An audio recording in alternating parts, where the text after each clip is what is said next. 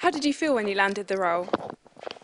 I was elated. It was quite a long series of auditions, and it was slightly up and down, and I kept on thinking, no, I haven't got it, and then they would get back to me, months apart, and then it sped up a little bit, and there were a few kind of auditions fairly close together, and then there was the final callback, and they called. I was just kind of with some friends, and my agent said, I've forgotten what I was going to tell you. Oh yeah, you got the role.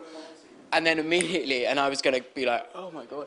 Then immediately she said, oh, but you can't tell anyone. And so it was great. It was fantastic. I felt amazed, very surprised, but very pleased. Yeah.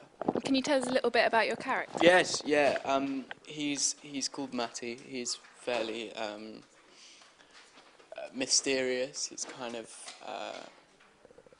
enigmatic, and he sort of arrives. No one really knows where from, and for a few episodes, I imagine the audience are kind of thinking, who is this guy? What's he all about? Why is he here? And it gradually becomes more clear what his purpose is. But it's been quite interesting playing him because his place within the group is quite ambiguous, and it's a very group-oriented show, and so I think with all of us, it's been interesting how the group is by the end of the series fairly solid as a group unit, but it's certainly a journey. He comes in, he's kind of their magical character in a way. Not magical performance certainly, but he's magical in terms of he kind of very ethereal, and you don't know, he could go either way. He could end up being Jesus or Charlie Manson. He's one of those people.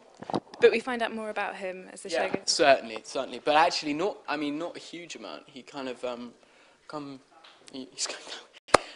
a huge amount. I think really what's going to happen is that in series, what is it, so 6, the next season, the mirror will really be turned on Matty, and he'll have to face kind of lots of challenges and challenges as a person, and have to work himself out a lot more. You do find much more about him than you know in episode 1. By episode 8, you're much better acquainted with him, but he's certainly not clear at the end of the episode quite what he's all about.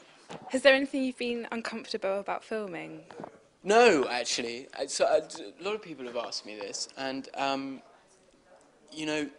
they say, oh, but the sex scenes, they must be, more than anything, they're very funny.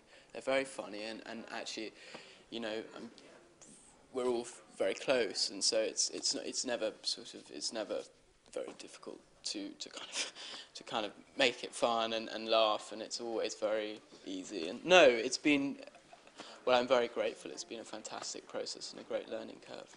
So you get on well with the rest of the cast? Yeah, very well. Everyone, actually, interestingly, I mean, it was a surprise because we all got on very well right from the beginning. And you sort of think, well, maybe this is manufactured, maybe this is affected because we need to get on, because we've got to work and live together. But actually, it's fine. I mean, we all got on, and it's continued that way. And actually, what you see on screen, which is a group of 8 people coming together and very much ending up as a solid group by the end of the series, is what you get off screen. And yeah, we all got it. We all get on terrifically well. Yeah. And do you think fans of Skins will be happy with the new series? Oh my God! Wow, what a question! My God. I hope so. I mean, I think you've got to let people have the reaction that they want to have, and hopefully it'll be a positive one.